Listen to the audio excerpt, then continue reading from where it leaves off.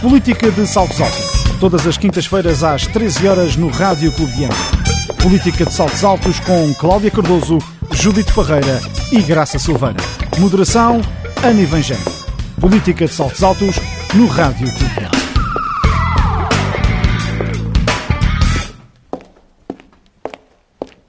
Olá, muito boa tarde, bem-vindos a mais um Política de Saltos Altos e hoje começamos precisamente por analisar a situação política nacional e começamos pela Judite. Boa tarde, Judite.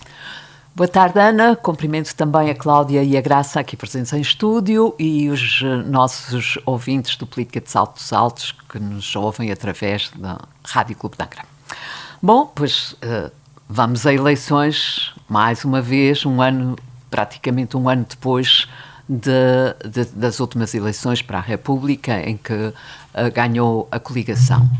Era uma coisa que não era expectável, na verdade, neste momento, uma vez que o governo até estava a governar bem, Portugal estava a sair de uma situação difícil, a economia estava a crescer, há mais emprego,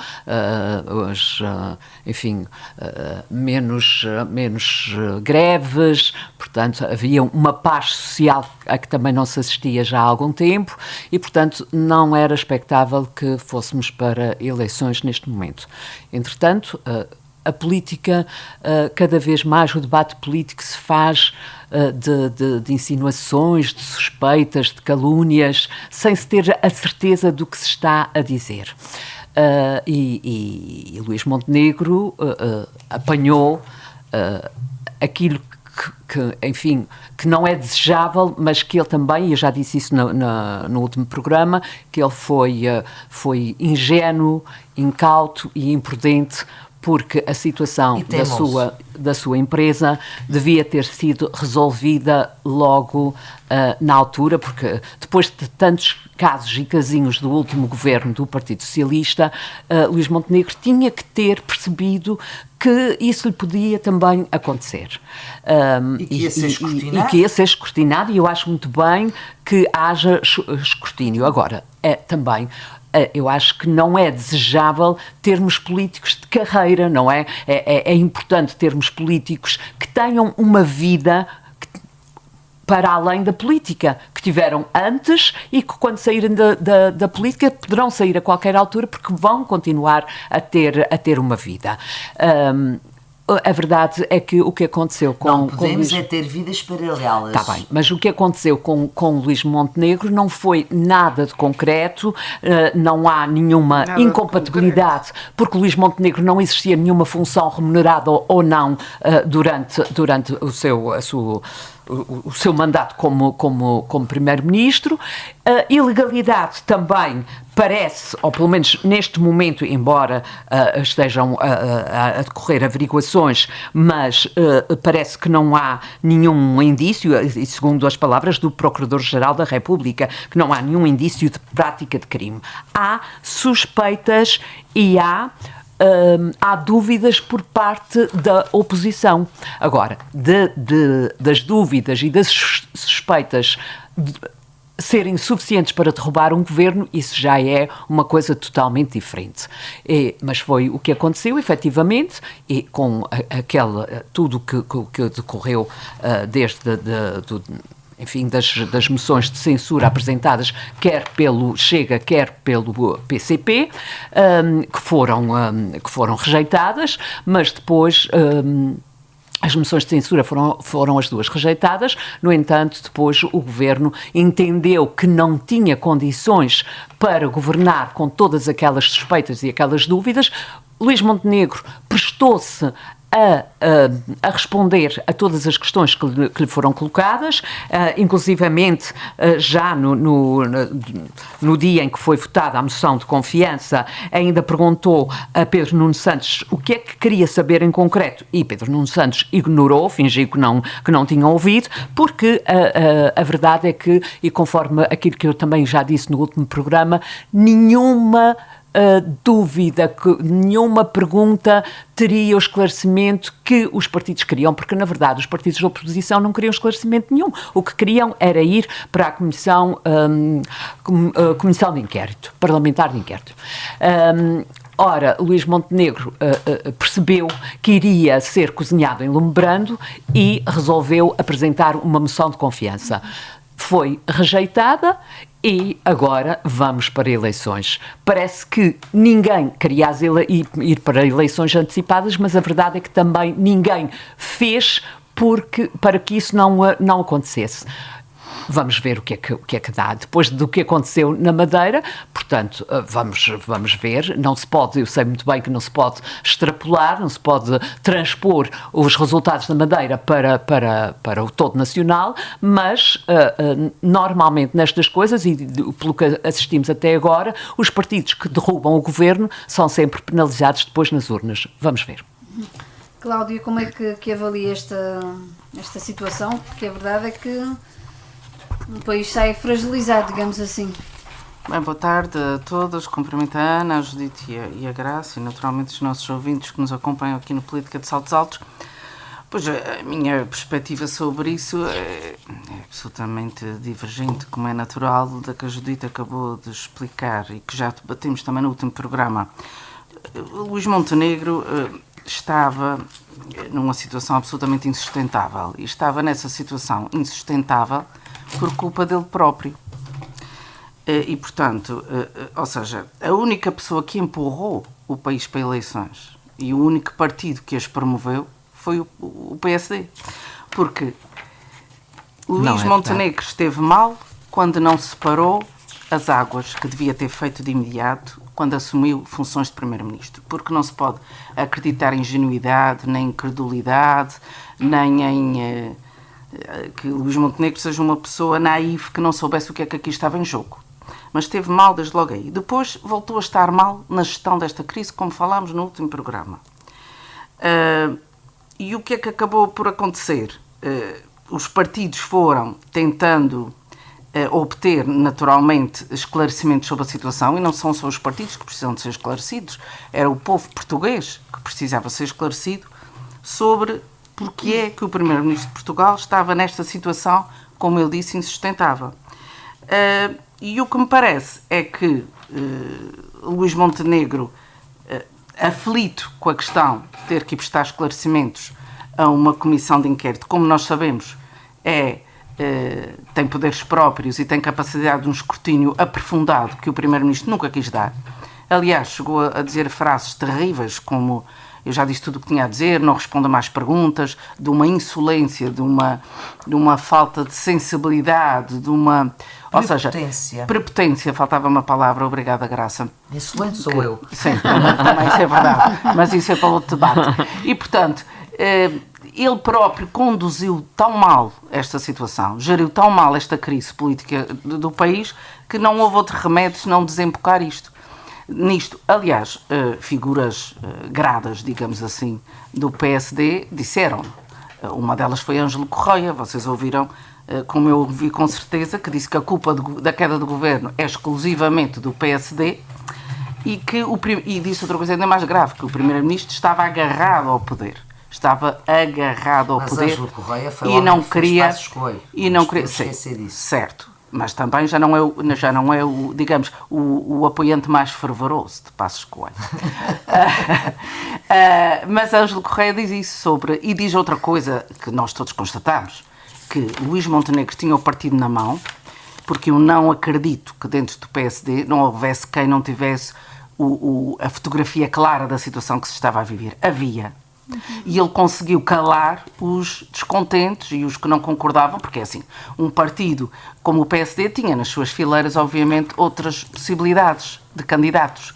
E porquê é que Luís Montenegro não só não sai do... Porque se tem aceito a questão da comissão de inquérito, estava tudo resolvido. Faz aquela palhaçada, que não tem outro nome, daquele número esdrúxulo na Assembleia da República a tentar marcar uma reunião, que havia uma reunião marcada e parar trabalhos, aquela coisa de uma infantilidade que parecia uma creche, quer dizer, sem adultos na sala, Aliás, os nossos parlamentos, os dois, estão bastante transformados em creches e daquelas em que toda a gente se porta mal.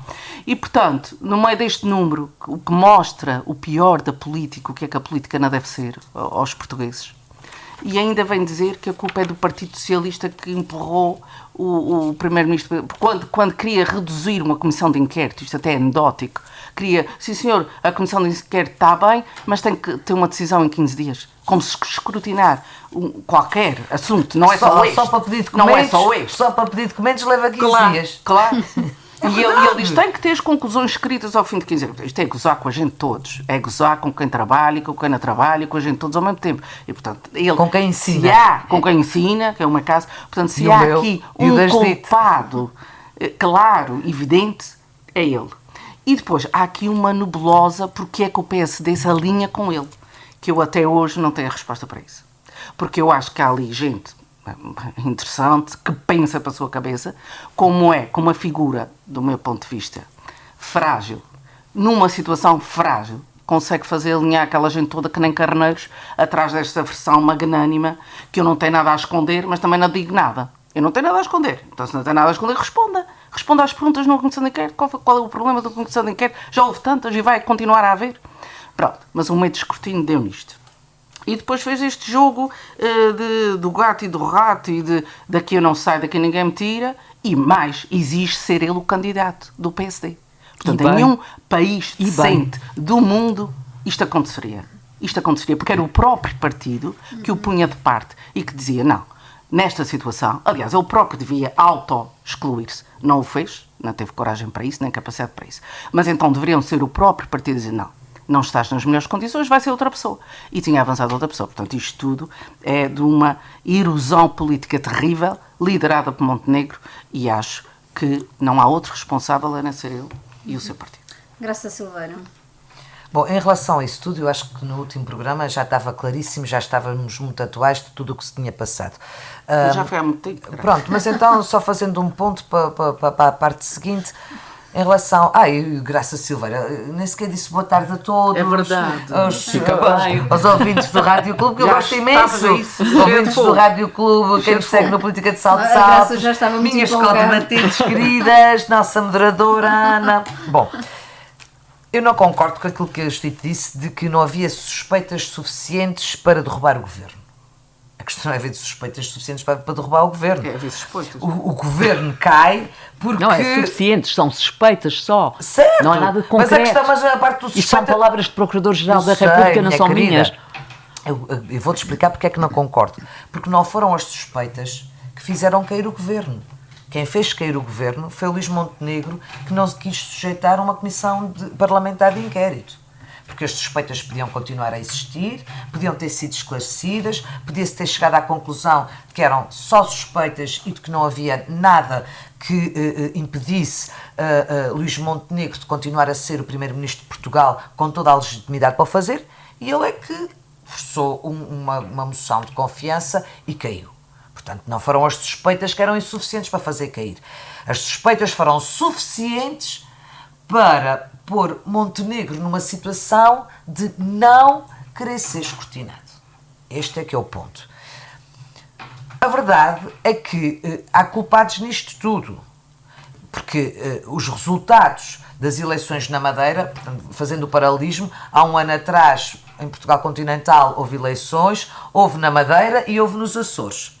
Nos Açores não há, porquê? Porque houve uma maioria do Chega e há um entendimento à direita entre a coligação e o Chega, que no continente não é não. E não estou a fazer nenhum juízo de valor, estou só a fazer uma análise política. Mesmo que a AD, como de resto parece na última sondagem, em que já não há empate técnico, a AD, que já não pode ser AD agora, a coligação CDS-PSD, eu digo CDS em primeiro. Não é para a coligação é uma questão de ordem coligação CDS-PSD já descolou do empate técnico, mesmo que mantenha os seus 34%, que faça uma coligação com a Iniciativa Liberal, que está com 6,5%, e que fiquem com 41%, 42%, não é suficiente para ter uma maioria absoluta. Ou seja, há uma maioria de direita no Parlamento, de facto, com 56%, mas essa maioria do Parlamento, à direita, teria que contar com o Chega, que não conta, porque não é não, sem fazer nenhum juízo de valor. Claro. Portanto, voltamos a ficar na mesma situação. O PS tem uma esquerda muito fragilizada, muito fragmentada, o Bloco foi por aí abaixo, agora foi buscar os fundadores, foi desenterrá-los do baú, pode ser que funcione. A CDU está pelas ruas da amargura, o LIVRE é engraçado que subiu. Não é engraçado. É compreensível. É compreensível. É um líder esclarecido. De pessoal de esquerda mais intelectual deixaram de se rever nas maninhas e preferem o LIVRE, que está com um discurso mais coerente, mais centrado, menos envolvido em situações... Porque, no fundo, acaba por ser tudo igual. Quer dizer, o Chega fala mal da corrupção, é só corruptos. É só pedófilos, é outro que rouba a mala. Os vistos todos têm telhados de vidro. Não, mas e estes com telhadões que estão sempre a aparecer. O Bloco de Esquerda, defesa das mulheres e as mulheres no trabalho, depois despede as outras quando estão grávidas. E, portanto, o LIVRE, que tem ali um discurso menos passional, mais ideológico, tem subido.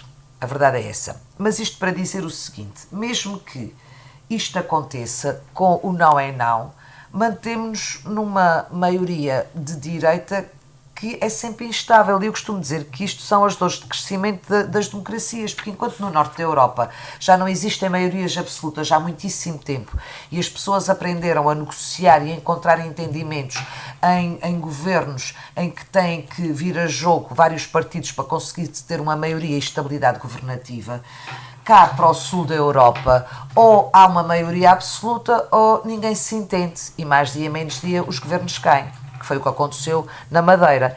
E é engraçado que o eleitorado da Madeira deu uma resposta claríssima. Quer estabilidade governativa, a economia da Madeira estava bem, a vida deles estava bem, e ele até pode ser isto, e pode ser suspeito, no caso dele, nem sequer é só suspeito, era mesmo arguído. Arguído. Uma situação pior. Mas pior ou não? Porque eu acho que, no fundo, também a Madeira acabou por dar um castigo ao Ministério Público. Vocês se lembram, há um ano atrás, quer dizer, há um ano e quase meio, em janeiro, vai um avião militar com 270 inspectores, entram por lá dentro, 130 rusgas num dia, Miguel Albuquerque, constituído arguído. Passou-se quase um ano e meio, o homem nem sequer foi ouvido. Portanto, tudo isto descredibiliza e o povo diz assim, quer dizer, os outros acham que ele é culpado. Fizeram aquele escarcéu todo, fizeram cair o governo, o povo teve que ir outra vez às urnas, ficar preso pelo PAN, pelo apoiozinho do PAN, e depois, afinal, nem sequer ouviram o Miguel, é porque aquilo talvez não era tão grave quanto isso, é o que o povo pensa, então se não é tão grave para ele ser ouvido, a gente prefere mantê-lo, porque pelo menos a nossa vida está bem. E isto é a tal questão da normalização que nós falamos, mais dia menos dia, para as pessoas, é perfeitamente normal os candidatos serem suspeitos, arguidos, ou quer que seja, desde que estejam a governar bem, que basicamente foi aquilo que houve um bocadinho esta percepção do povo português. A economia está bem. Houve vários comentários políticos a dizer que a imagem de Portugal em termos de estabilidade económica na Europa estava como nunca teve, estava a haver imenso investimento de empresas estrangeiras e que toda esta instabilidade política não nos beneficiava em nada. Ainda por cima num contexto, em termos europeus e mundiais, com tudo o que se está a passar, que tudo aquilo que a gente precisa não é de casos e casinhos. Portanto, eu sinceramente não percebo porque é que Luís Montenegro não se quis explicar, para não dizer outra palavra. E já disse isto no outro programa, nós, simples deputadas, quando estávamos no Parlamento, credo, a gente tinha que dizer tudo o que tinha, o valor, eu até tive que ir ver o valor comercial do Mecar na altura, uma continha de uma poupança que tinha de uns certificados da Forro que me tinha esquecido da Ana Rosa, tive que pedir uma adenda para voltar a pôr aquele valor. E depois coisas do nível de apartamentos de não sei quantos andares e pagos a pronto e várias contas em que coincidentemente os valores estão todos à beira do valor de ser escrutinado, quer dizer, pode não haver nada de mal, mas que suspeito é. Judite Parreira, a verdade é que estamos a cerca de 2 meses das eleições. Sim, será no dia 18 de maio, portanto, 2 é um meses, mês e meio. Sim. Sim. O que é que podemos esperar aqui, quer de campanha eleitoral, quer mesmo da própria noite eleitoral? Apesar Bem, de ser ainda um pouco cedo para É um falar. pouco cedo ainda para falar nisso. Eu espero, relativamente à campanha eleitoral, eu espero que seja um debate sério, centrado nos problemas do país, sim, porque apesar deste governo estar a governar bem, tem só um ano e, portanto, há muita coisa para fazer ainda e há muita coisa que está mal, nomeadamente questões de saúde, questões de habitação, há muito trabalho a fazer. E, portanto, eu espero que o debate seja centrado aí e não nas questões pessoais de cada um, porque o meu receio é que o debate seja centrado num confronto de personalidades, ou seja, que seja mesmo um lavar de roupa suja, falando em linguagem, em bom português. Sabemos, e até porque Pedro Nuno Santos já disse isso, que era inevitável falar da situação de Luís Montenegro, e claro que se ele for falar nisso, ele também tem os seus rabos de palha, e portanto acabará por ouvir também falar dos seus casos. E eu lamento muito que seja assim, por parte dos dois maiores países, dos dois maiores partidos, e também por parte do Chega. Aliás, o Chega já começou com os seus famosos cartazes, que são enfim, repugnantes, para não dizer outra coisa. Portanto, receio que a campanha possa ser um bocadinho baixa. Espero que isso não aconteça. Em relação à noite eleitoral, pois eu também espero que a coligação vença.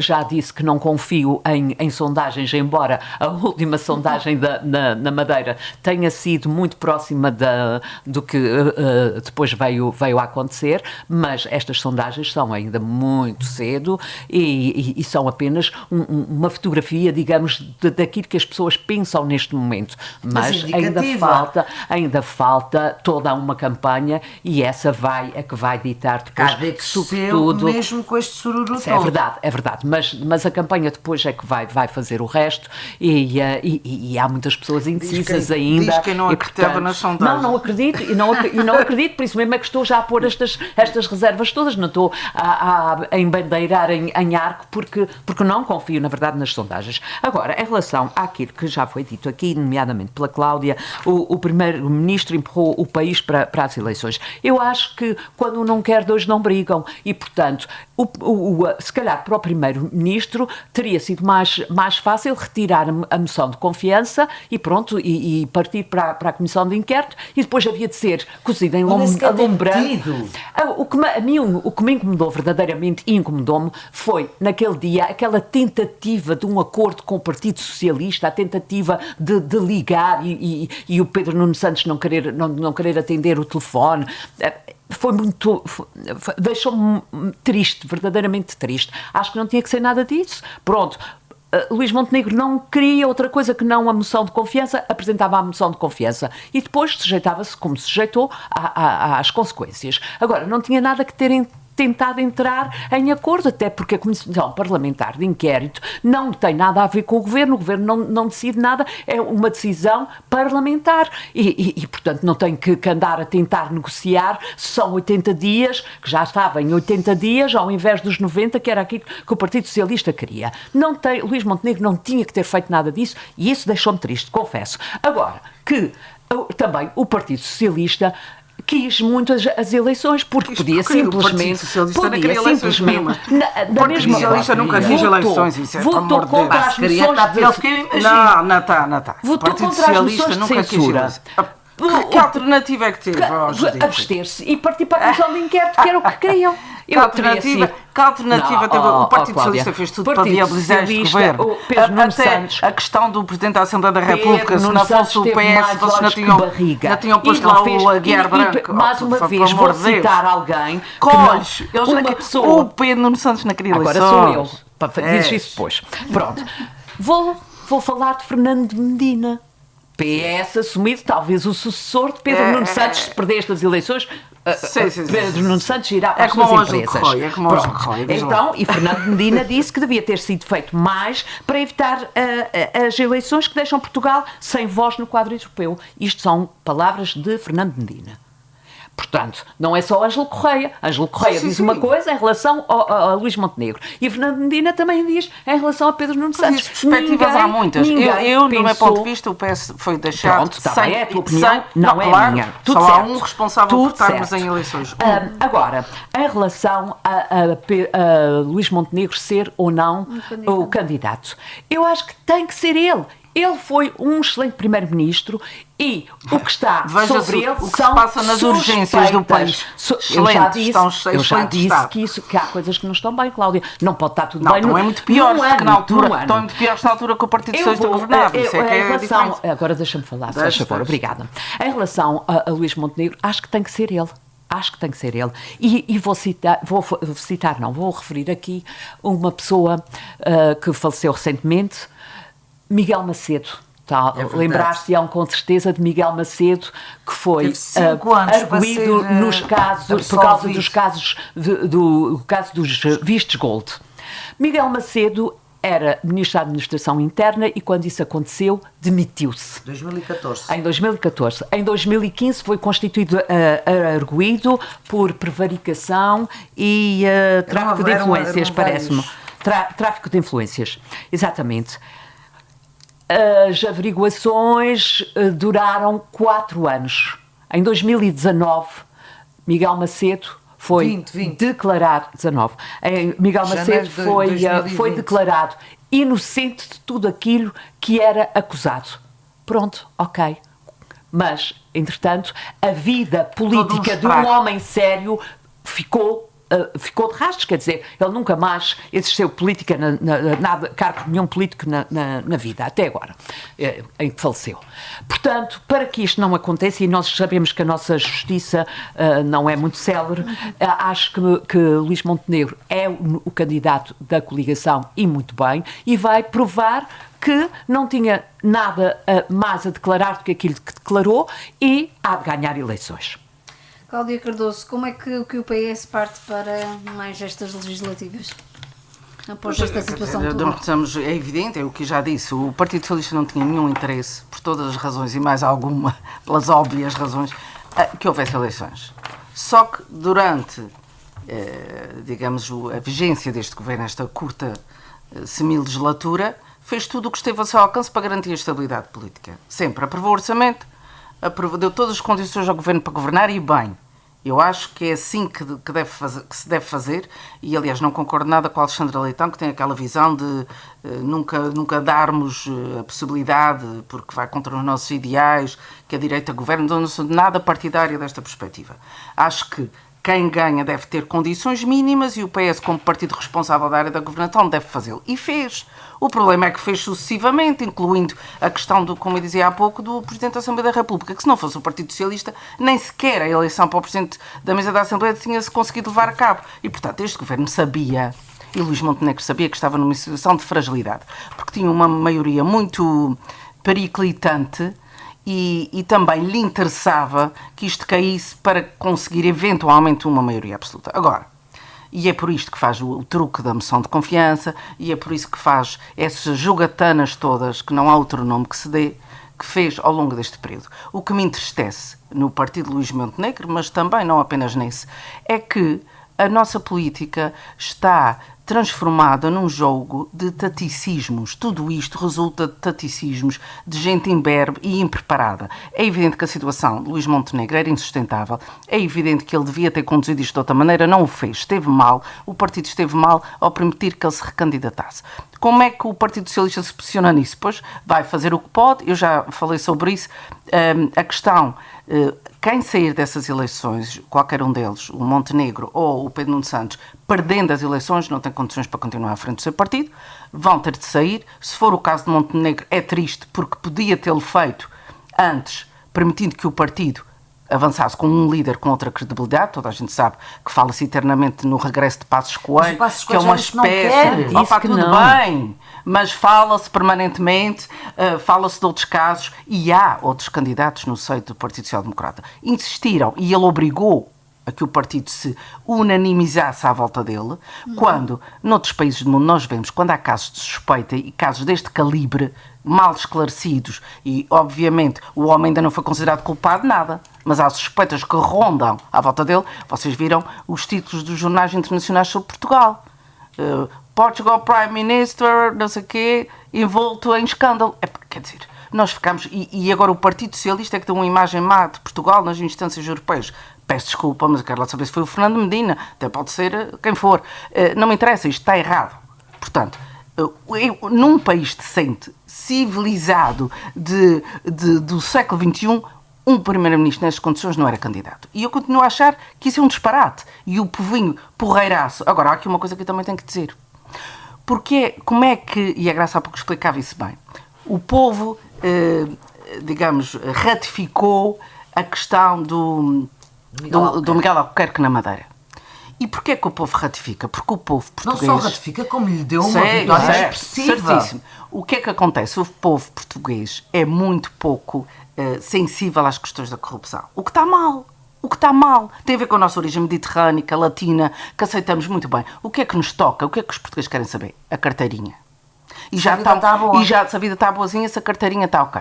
O que é que já se começa a ouvir esse zum, por isso é que é muito cedo para falar em sondagens?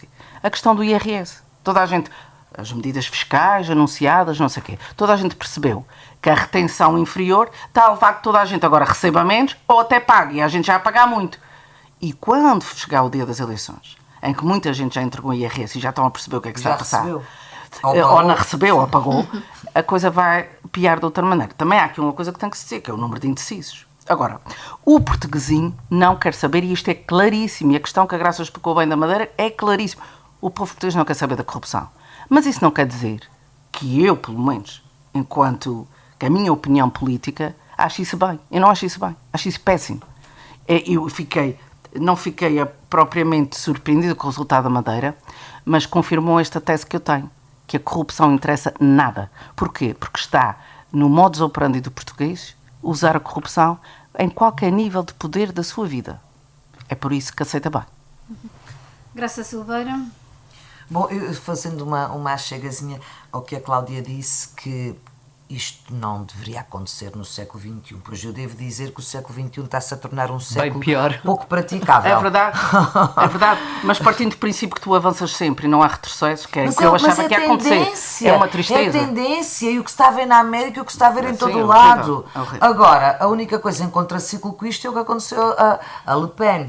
Sim, Le Pen a foi única, condenada... mesmo. E eles têm aquela, não sei como é que se chama, aquela figura jurídica que é como se fosse uma previdência cautelar. Sim, ela não mas pode. Aplicada nos próximos 5 anos não se pode candidatar a coisíssima nenhuma. Mas os próprios franceses, que nisso são impolutos e que têm toda a legislação para isso, já estão a dizer que isto foi um erro político, porque eles agora vão se vitimizar porque ela tinha dado os melhores valores. Finalmente a extrema-direita em França estava a conseguir ascender ao poder. Ela estava com uma sondagem que ninguém acredita, valendo o que vale, mas que lhe dava uma pole position para as presidenciais, e já vão arranjar maneira de arranjar um pequeno qualquer que eles vão tirar lá da extrema-direita, como aqueles americanos. É verdade! Aquele vice-presidente, aquela cambada de miúdos que chegaram à política ontem às 4 da tarde, que têm aquela carinha de extrema-direita e que vão acabar por beneficiar da vitimização que se vai fazer. Portanto, digo com imensa pena minha de que o século XXI está-se a tornar um século muito pouco frequentável. Exatamente. A verdade é essa. Pronto. Em relação às consequências que a queda do governo a nível da República tem para a região, pois temos Paulo Estevão candidato a primeiro-ministro, não é verdade? Exultamos toda. Já que não quiseram o PPM na coligação, não é verdade? Então, sai o PPM da coligação, não há cá AD para ninguém, e bora lá que o Paulo Estevão é que se vai candidatar a primeiro-ministro. Oh, paciência. Bom... Pronto, o que é só paciência? Nada. Agora tenho que dizer que... Não, mas eu claro. Vamos esclarecer os nossos ouvintes. O meu paciência está como peculiar para os ingleses, que é quando não queres dizer outra coisa qualquer, dizes aquilo. Seguir um suspiro, não é? É bom, é mau, é estranho. Peculiar. Peculiar. Pronto. É uma candidatura peculiar. Peculiar. Era o que eu queria dizer, foi um outro É sui generis. Isso. pronto, o Chega, penso que não vai o Chega tem sido penalizado na linha toda. Foi penalizado na Madeira, perdeu um deputado. Mas na Madeira não dá para fazer o paralelismo, porque na Madeira foi a moção de censura do Chega que fez cair o governo. Ainda por cima com aquela coisa de que passou a mensagem e o PS de que também levou não por era o tabela. Chega da Madeira que queria. E o PS também levou por tabela. Ventura ao lado pois do Chega. Pois foi. Pois ficou E em o terceira mesmo força aconteceu, política. o mesmo Ficou em aconteceu na terceira- República, ficou em ao terceira contrário. força Não, isso política. estava-nos para um outro programa. Não O que tem quer nada a dizer ver, que devíamos ter isso não dá partidos para fazer esse regionais. paralelismo. Porque os partidos regionais, nunca pensámos, achámos sempre que os partidos regionais eram aquela coisinha de vão de escada que tinha 2 ou 3 votos e afinal na Madeira tornou-se a terceira força política. Juntos pelo Povo, não é assim que eles se chamam? Parece que sim. Pronto. JPP. O Chega perde um deputado na Madeira. Na região vai perder, quer dizer, o nosso Miguel que tinha passado a independente e pensou ainda vou ter mais 3 aninhos, olha, de baixa. E isso traz-nos para o assunto que Teve vamos que fazer a mala de vez, não é? Não vai, quer dizer, agora vai o José Bernardo, que era o número 2, mas parece-me que não vai calhar desta vez. E pronto, e o senhor deputado do Chega, que tinha passado a independente, passava que se ia safar de baixa, que ele disse que ia chegar aos Açores, que ia meter baixa, que estava muito deprimido, que ia meter baixa, e meteu baixa. E é uma baixa fraudulenta ou não? E é o próprio Chega que no último plenário faz aprovar, e eu não sei como é que... E estas coisas que eu estava a dizer há bocadinho, quer dizer, o Governo Regional acaba por não cair porque tem ali um entendimento com o Chega, mas às vezes eu acho que esse entendimento sai muito caro à coligação. Que ideia! Que é, não, estou a introduzir o tema novo, que é o das baixas falar, fraudulentas. Exatamente, por Não, falar em Chega... e baixa fraudulenta, porque aquela que o deputado Miguel, como é que ele se chamava o das malas? Arruda. Miguel Arruda. Meteu, era que é muito arruda da ele ainda cabeça. não tinha chegado a São Miguel e já tinha dito que ia meter baixa. E a gente mas já se estava a sentir mas qual doente foi no o avião? médico que disse que o senhor precisa de baixa? Não, vou chegar lá e vou ainda não decidi. Eu ainda não decidi, não, mas ele disse esta perna, ainda não decidi se vou meter baixa. E portanto, isto descredibiliza. Há cérebros que trabalham mais devagar. Vem o Chega a apresentar uma iniciativa em que quer acabar com as baixas fraudulentas dos professores na região. É porque é tudo mau. Não é só dos professores. Não, é dos professores. Mas também dos assistentes operacionais. Isso ainda é na educação, ainda é tudo na educação. Pronto, professores Estamos a falar de um total de mais de 500. São 500, 500 cerca de professores 500. e que quer acabar com as... E então ela diz na sua apresentação da iniciativa que desde logo tem-se verificado o uso recorrente de baixas médicas, muitas delas alegadamente fraudulentas, mas como é que ela sabe que são fraudulentas? Quer dizer, ainda não foi feita uma inspeção. Alegadamente fraudulentas. E depois o argumento é assim, todos nós já ouvimos, vizinhos nossos a dizer, tudo baixa, e depois estão belíssimos para trabalhar, que elas estavam boas, era para esfregar chão e fazer vidas. Há pessoas que têm doenças que os tornam incapazes para desempenhar a sua profissão, mas que não precisam de estar deitados numa cama de perna alçada. Quer dizer, portanto...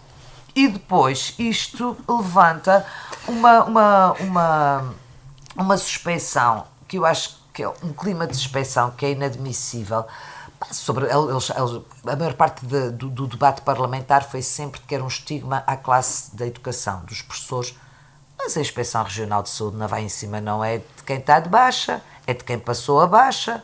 Então a gente acha, se esta gente está toda de baixa fraudulenta, 500 pessoas de baixa fraudulenta, então temos médicos a passar baixas fraudulentas a torto e a direito. É isto que o Parlamento aprovou. Foi isto que o Parlamento disse. Nós achamos muito bem que o Chega venha com esta iniciativa, porque se estas pessoas estão de baixa e as baixas são fraudulentas, então é porque os senhores doutores andam a passar. Eu lembro-me que havia, em Lisboa, no Intendente, havia um médico que só passava baixas. A gente, quando estava tapados com faltas na universidade, a gente ia lá, deixava o bilhete e o dinheiro. Claro. Era o bilhete de identidade e o dinheiro e depois ia buscar. As práticas, no meio tempo, as práticas eram de frequência obrigatória, de laboratório. Havia uma cadeira que eu tinha segunda-feira às 8 da manhã e nessa altura vivia em Odivelas. Tinha que sair de casa às 6 da manhã. Tinha alguns problemas e deixava lá. Nunca via a cara do homem. E ele passava isso. Nem ele a tua. Não é preciso. Isso é que importava mais. Não acontecia. Fazia pena que ela dizia, estava doente, pronto. Eu podia fazer cara de doentinha, coitadinha. Claro, por isso é que eu estou a Mas dizer. isso não interessa nada. Agora, isto é tudo péssimo. E depois vemos as várias bancadas que fazem um papel que é extraordinário, que é, durante o debate, usam toda uma série de argumentos que a gente pensa, vão votar contra, porque os argumentos são todos contra a iniciativa. E depois depois no fim votam votam a favor. Porque era assim. A própria Mónica Sedi disse assim, porque Aquela senhora que não é bem secretária. essa. Já na Comissão dos Assuntos Sociais tinha sido ouvida a senhora Inspetora Regional da Saúde, que disse que ia reforçar os meios e que ia inspecionar e que os senhores doutores que andassem a passar baixas que não fossem, que fossem fraudulentas, que iam ter processos disciplinares e mais isto e mais aquilo e um par de botas. E, entretanto, a Secretária Regional da Saúde diz, para toda a gente ouvir, que aquela entidade não tem qualquer tipo de ação sobre o beneficiário da baixa. Portanto, isto não é um acaso ao professor, é aos médicos que passaram a baixa. E depois ainda alertou que uma coisa é uma baixa fraudulenta, outra coisa diferente é uma baixa irregular, que pode acontecer, porque não fiz os exames que eram necessários, ou porque está com uma data que devia ter estado ou não devia ter estado, ou fiquei doente em casa 5 dias e não sei as redes, e nunca meti baixa, para dizer a verdade. Que eles devem rezar todos para meter baixa para se ver livre de mim. Mas não tem essa sorte. Não tem essa sorte. Não sei que é ao fim de 2 ou 3 dias se mete baixa, se não mete baixa, não sei, que essas são as irregulares. O próprio do PPM, na voz do seu doutor, também médico, Paulo Margato, ouviu aquilo tudo para cara fora e ainda diz: não se pode minorar a classe médica. Alertou. E tu sempre a pensar que eles iam chumbar. Catarina Cabeceiras, do CDS, diz: temos que fazer um escrutínio, mas sem qualquer preconceito de classe profissional. Tudo, e depois no fim Tudo a favor. aprovam. Portanto, isto é muito estranho. Isto é daquelas coisas que eu acho péssimo. Ainda por cima, em relação aos professores, e aí acho que o Nuno Barata, da Iniciativa Liberal, teve bem, que foi... É verdade que há imensos professores de baixa, estão exaustos, estão cansados, já têm 60 e tal anos, estão à beira de ir para a reforma, tiraram-nos o poder, têm que apanhar com miúdos malcriados todos os dias. Portanto, em vez de andarmos a fazer a caça às bruxas, devíamos era pensar porque é que temos uma classe que está no estado em que está. Isso é que se devia pensar. E como há bocadinho em off, como se costuma dizer, eu estava ali a discutir com a Judite, que não é propriamente bem da minha opinião, mas a verdade é que isto se estendeu a muitas outras profissões, porque indo para a reforma com 67 anos, Claro. profissões que são altamente cansativas, as pessoas chegam à altura que já não aguentam mais, não me dão a reforma, mete baixa. É isto que tem-se passado. E as pessoas têm que fazer esta leitura. Judite Parreira, qual é que é a sua posição? O que é que está aqui em causa? São os profissionais, os médicos que passam estas baixas ou como falávamos, os docentes? Bem, para já isto não se passa, as baixas fraudulentas ou baixas de longa duração não acontecem exclusivamente nas escolas, não são só nos professores, não são só os assistentes, estende-se a muitos outros departamentos, estende-se inclusivamente aos municípios. E, portanto, o que acontece, não sei se vocês já repararam que o Chega apresenta muitas iniciativas de coisas que já existem. E, portanto, por isso é que elas depois são aprovadas, porque já existem. E isto já existe. Já existe, como tu disseste, Graça, e muito bem, a Inspeção de Saúde já existe. O que é que depois não há uma verdadeira fiscalização, porque não há pessoal suficiente para isso. O que é preciso é uma maior fiscalização. E por isso é que o Chega, na verdade, não traz nada de novo. É preciso mais fiscalização, é verdade. Porque as baixas têm prejuízos grandes para as baixas fraudulentas. Porque isto não é para perseguir ninguém, é para repor a justiça e quem efetivamente precisar da baixa, quem quem está efetivamente doente não é contra essas pessoas, é a favor de quem realmente precisa. E quem não precisa, pois então tem que continuar a trabalhar, porque é assim mesmo, a vida é assim. Mas estas baixas têm prejuízos grandes para a região, porque são pessoas que estão de baixa, estão a receber o seu ordenado e estão a ser substituídas por outras que também estão a ganhar. Portanto, está-se a pagar, em muitos casos, 2 ordenados, quando, na verdade, não deveria ser assim. E quem está a substituir fica também aqui numa situação... Porque está sempre a substituir, nunca vê a sua vida regularizada. Exatamente. Portanto, está sempre numa situação periclitante, porque a qualquer momento aquelas pessoas podem regressar e essa pessoa vai-se embora, perdendo às vezes a oportunidade de concorrer a outros trabalhos. E, portanto, trata-se de uma questão de repor a justiça. Como a Graça já disse muito bem, há atestados, não era só no continente, aqui também acontece, atestados passados só com base num telefonema ou no cartão de cidadão, a pedido desde que paguem. Portanto, ainda há médicos que fazem isso e isso carece efetivamente de uma fiscalização maior. Acontece muito em vários departamentos com funcionários que atingem os 63 anos e metem baixa e ficam 3 anos em casa a aguardar a reforma. Ora, não há governo nenhum que do ponto de vista económico, aguente uma coisa destas. E é injusto para aqueles que, com a mesma idade, continuam a trabalhar. E, portanto, acho que sim, deve haver uma maior clarificação, uma maior fiscalização para que seja reposta a justiça. E, há bocadinho, falávamos de corrupção. Ora, isto também é corrupção. É a pequena corrupção? É à escala. E é corrupto quem pede um atestado e não precisa dele, é corrupto quem passa o atestado e é corrupto quem sabe que aquele atestado ou aquela baixa é uma baixa fraudulenta e a subia para o lado.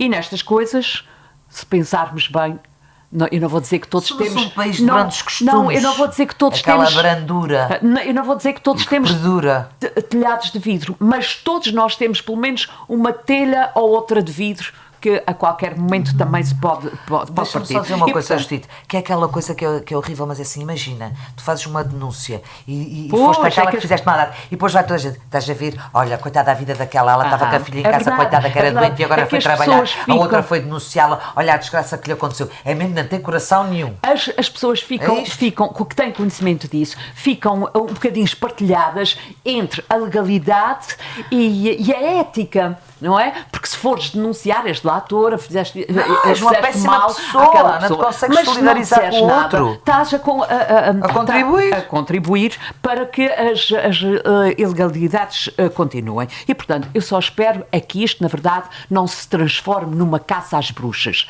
Agora, que sejam verificados e quem está efetivamente doente, pois vai continuar de baixa porque precisa dela. Pronto. Cláudia Cardoso, como é que classifica esta iniciativa? E só para dizer mais uma coisa, e isto tudo aconteceu no plenário com a senhora secretária da Educação, não sei porque é que me lembrei da secretária da Educação agora quando disseste Cláudia Cardoso, não é verdade? A senhora secretária da Educação impávida e serena, porque se a queixa nunca foi feita é porque a Secretaria Regional da Educação nunca se queixou. Mas muitas vezes os atestados toda de baixo e não se queixa. Há atestados que são, há baixas médicas que são passadas pelo delegado de saúde e é o próprio delegado de saúde que depois vai verificar da sua legalidade. Está ótimo, isso está ótimo. Há aqui uma situação. E vais-te investigar. Bem, quando puder, se eu puder. Sim, senhora secretária da Educação, faça favor. Não precisamos nomes. Então, o que é que eu acho da iniciativa do Chega? Mais ou menos o que eu acho sempre das iniciativas do Chega, acho péssimo. E acho ainda pior, quer dizer, o Governo aprovou isto para fazer um frete ao Chega, que é o costume, mas eu não... isto é assim, isto nasce tudo, isto para mim, isto é um debate longo, por acaso, porque isto nasce tudo de um sentimento que também é muito português e açoriano, que é a inveja. As pessoas não podem ver nada aos outros. Até estarem doentes. Como se costuma dizer. A outra está doente também como é que é? Toda a gente Mas quer tem ser que ter mais um grande. bocadinho. Não se costuma dizer toda a gente quer ser grande menos nas orelhas, não é? Pronto, é isso. Ainda Então, bem, é. se vem alguém, coisa... Isto é tudo muito inócuo e muito ridículo. Porque o Governo tem órgãos e tem mecanismos próprios para executar o que esta proposta do Chega manda fazer. Portanto, o nosso Parlamento já não fica só a navegar na maionese quando está a ler votos manhãs inteiras, também navega na maionese na parte da ordem do dia. Portanto, o que é isto? Isto é uma patatice, porque todos os organismos já existem, têm um corpo próprio, que é bem pago, que tem um acréscimo remuneratório, a Inspeção Regional de Saúde e a Inspeção Regional de Educação têm acréscimos remuneratórios significativos para fazerem este tipo de trabalho. Se não o fazem, então a administração funciona mal. Não é preciso vir o Chega, ou seja que partido for, denunciar. E se são assim tantas, porque então alguma coisa de muito grave se está aqui a passar e a senhora Secretária da Educação, à semelhança da sua colega da Saúde, não estão a fazer bem o seu trabalho. É isso que eu tenho para dizer. Quer dizer, o que é esta proposta é completamente tonta e aprovar isto para fazer um favorzinho ao Chega que segura o Governo em funções. Para mim, resume-se a isto.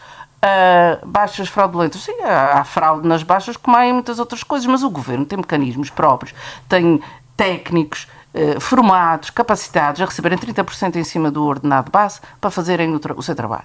Não é preciso vir nenhuma iniciativa do Chega a denunciar esta situação, porque acho que se as senhoras secretárias não têm noção disto, então também não sabem realmente o que estão lá a fazer, porque evidentemente toda a gente tem noção do que se passa na educação, como na função pública em geral. Não são só os professores que metem baixa. Os professores metem baixa porque, a Graça disse bem, tem um desgaste que é típico da profissão.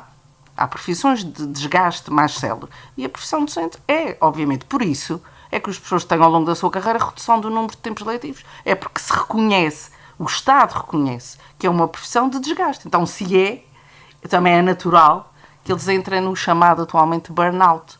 E se entram com mais facilidade em burnout. Os são mal criados e os professores não têm poder. Porque as famílias não fazem o seu papel, as pessoas não sabem, não têm capacidades parentais. Hoje em dia a sociedade não tem capacidades parentais. Mas vão bater eu ensino com coisas aos meus alunos na escola, bem, que eu não consigo reproduzir aqui, que são coisas de lana caprina, do mais básico de educação, do mais simples que possam imaginar. E portanto, se eles em casa não aprendem, se a família, ainda estou aqui a falar da família tradicional, a família monoparental, pluriparental, os avós, os tios, não lhes ensina a ser gente, não são cidadãos de corpo inteiro. E se não são, chegam à escola com o que têm, que é muito pouco. E os professores, é-lhes pedido que sejam psicólogos, enfermeiros, professores, é tudo, conselheiros, orientadores profissionais daqueles miúdos. Não, ouvir as pessoas e mais. não podem fazer tudo. Ouvir e engolir. E, portanto, é muito natural que haja mais na educação. Acredito que sim, pelas razões que a Graça explicou, não preciso repetir. Muito bem, e vamos passar agora às nossas quedas altas. Quedas altas. Gostaria aqui de intervir, começando com uma alta, precisamente o aniversário do Rádio Clube de Angra. Tu és Os muito seus falsa. 78 Isso era a minha anos de alta e existência. ela veio-me tirá-la. Epá, Ana. Eu tinha que desejar os parabéns aqui No ao Rádio fim. Clube. Não, começa, Graça. Olha, em queda, o PSD ainda não ter apresentado ou anunciado o seu candidato à Câmara de Angra. Isto vai chegar ao dia das eleições e vai ser tipo Kinder surpresa. Olha, gente, no dia que vai às eleições, no boletim tem uma surpresa quem é que é o candidato. De ciência, quer dizer, não se percebe. E em alta, que era a minha alta, que estamos hoje de aniversário. Então inspira-te aí com... Rádio não, com queres que discurso. cante, queres Agora ver? inspira. Ora, não. Com discurso. Não, qual é discurso nenhum? As pessoas precisam de continuar a dar força à voz da terceira para que esta instituição se mantenha 78 aninhos, vamos aguentar até aos 80 e até aos 100 e nós fazemos, não precisamos de grande inspiração, nós com esta participação na casa que já tem 10 anos, Vamos ao caminho dos 11. pro Já estamos bono, para os 11. continuamos a participar e com muito orgulho na voz da terceira, que não nos doa. Judite. Bom, em queda eu coloco Paulo Estevão, Paulo Estevão foi, enquanto deputado, um deputado que eu admirei, que tinha discursos brilhantes, mas, na verdade, esta sua candidatura a primeiro-ministro, embora não integre a lista de deputados, ele não é candidato a deputado, mas é candidato a primeiro-ministro, é o porta-voz do PPM nos debates e nas entrevistas, enquanto que nos Açores ele é secretário dos Assuntos Parlamentares e das Comunidades pela coligação, ao nível nacional ele vai ser candidato a primeiro-ministro só falar pelo no PPM. homem dos 7 instrumentos. Pode não haver incompatibilidade, acredito que não haja, mas também isto põe muito em causa a credibilidade dos políticos, que tanto se faz.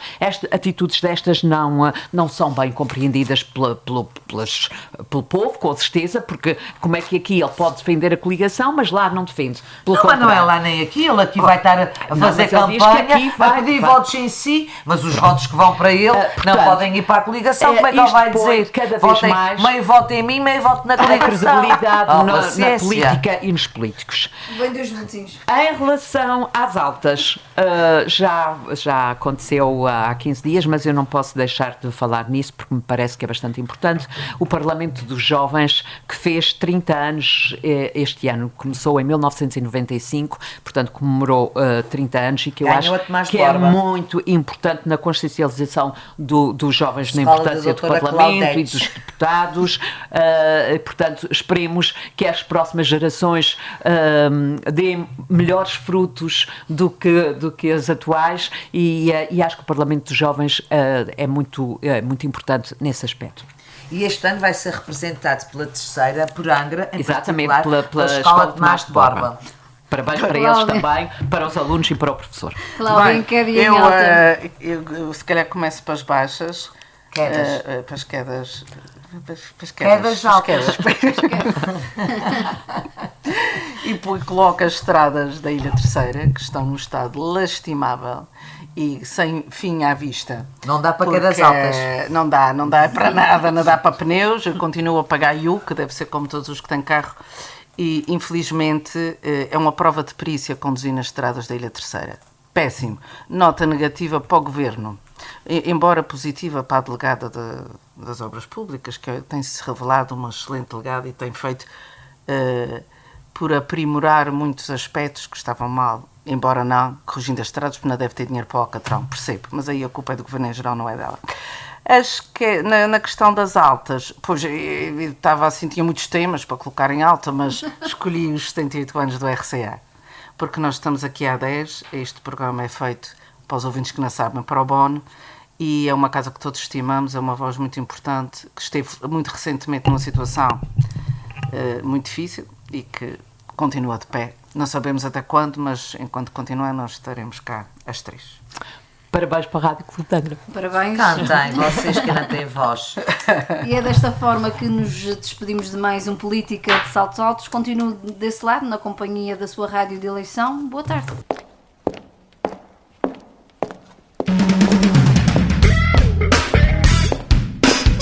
Política de Saltos Altos. Todas as quintas-feiras às 13 horas no Rádio Clube de Angra. Política de Saltos Altos com Cláudia Cardoso, Judite Parreira e Graça Silveira. Moderação, Ana Evangelho. Política de Saltos Altos no Rádio Clube de Angra.